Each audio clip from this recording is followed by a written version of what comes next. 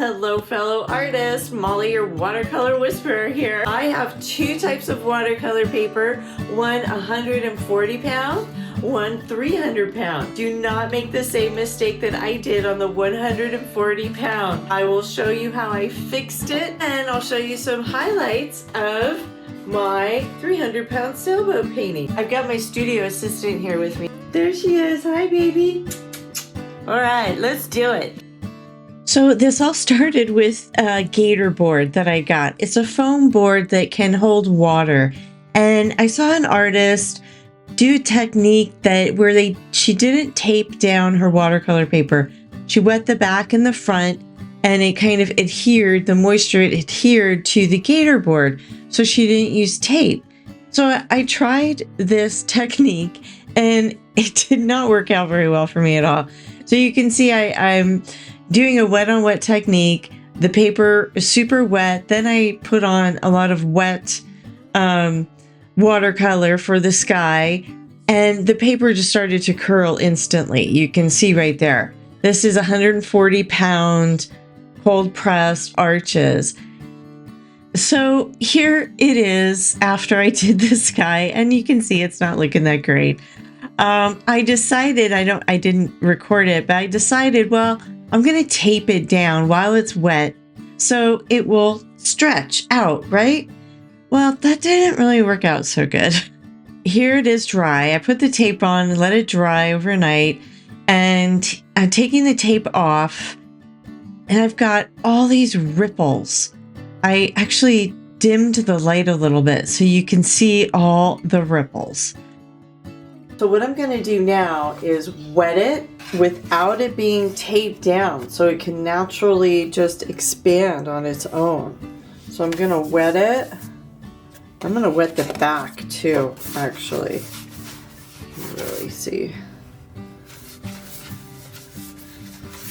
And we'll see if it works. I mean, I can just use this as kind of a test practice painting for the second painting I'm going to do. I am going to do 2 paintings of this anyway.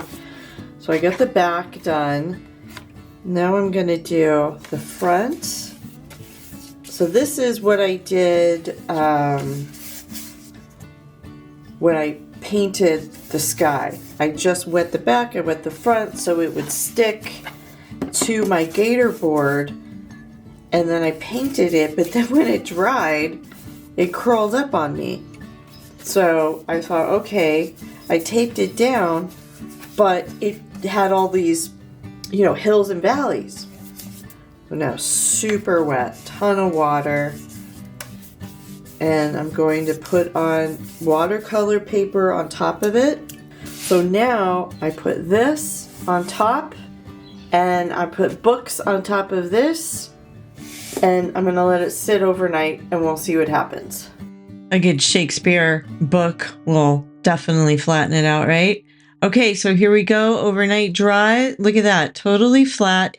Not 100% of the ripples are out, but I'll take it. If you like this video, please hit that like and subscribe so I can make more for you. Thank you. I am working on 300 pound cold press watercolor paper arches with a medium to wet brush, creating a mountain, dropping in some burnt sienna there. And I purposely did a little cauliflower or bloom effect there on the top of the mountains. I always think that's nice. It gives it a little texture. One of my favorite techniques here coming up is dry brushing, and it is especially really good for water and again some texture, but right now we're going to do water. This is super dry paper. You can see the consistency of the paint there on my palette, and my brush, I blotted my brush with paper towel first, then I put it in the paint on my palette.